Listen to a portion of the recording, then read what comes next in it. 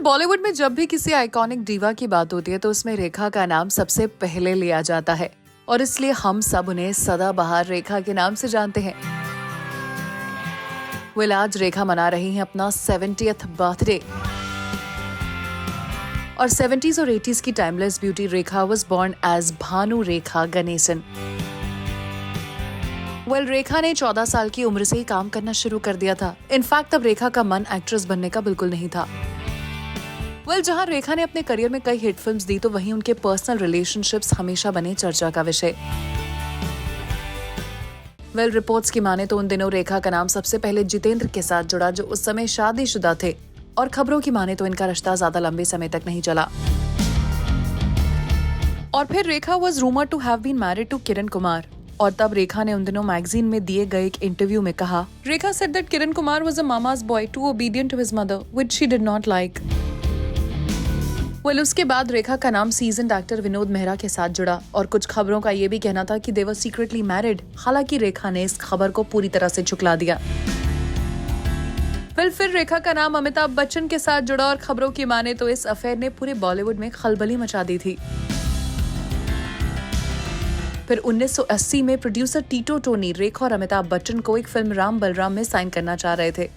तब ऐसी खबरें आई कि जया बच्चन ने प्रोड्यूसर से कहा कि वो रेखा के बदले जीनत अमान को साइन कर ले।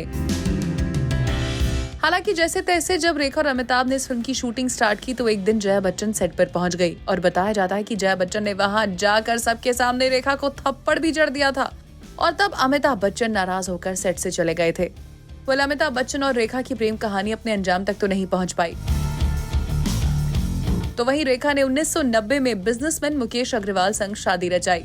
हालांकि ये शादी ज्यादा लंबी नहीं चली और दोनों ने तलाक लेने का फैसला किया और मुकेश अग्रवाल ने शादी के 6 महीने बाद रेखा के ही दुपट्टे से फांसी लगाकर खुदकुशी कर ली और तब रेखा को मिला था काफी बैकलैश भी। हालांकि उसके बाद कुछ ऐसी रिपोर्ट्स आई कि रेखा और उनकी मैनेजर फरजाना का रिश्ता इज बियॉन्ड प्रोफेशनल और कहीं ना कहीं शायद यही रीजन था मुकेश अग्रवाल की सुसाइड का। रिपोर्ट्स की माने तो फरजाना रेखा के साथ उनकी परछाई की तरह रहती हैं। रेखा और फरजाना का रिश्ता काफी गहरा है और फरजाना हमेशा स्मार्ट सूट्स में रहती हैं and she is always dressed carrying a short hairdo. कुछ रिपोर्ट्स ने यह भी कहा कि फरजाना दरअसल अमिताभ बच्चन की तरह ड्रेसअप करती हैं एंड रिपोर्टेडली रेखा और फरजाना एक रिलेशनशिप में है and her live in romance with her secretary became talk of the town. कुछ रिपोर्ट्स ने यह भी कहा कि रेखा फरजाना के बिना नहीं रह सकती।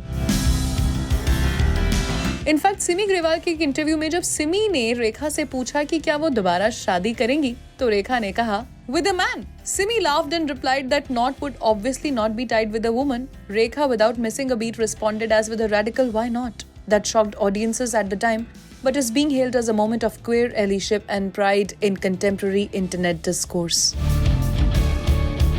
रेखा ने इन बातों पर कभी भी अपना ऑफिशियल कंफर्मेशन तो नहीं दिया क्योंकि वो हमेशा प्राइवेट रहना पसंद करती हैं।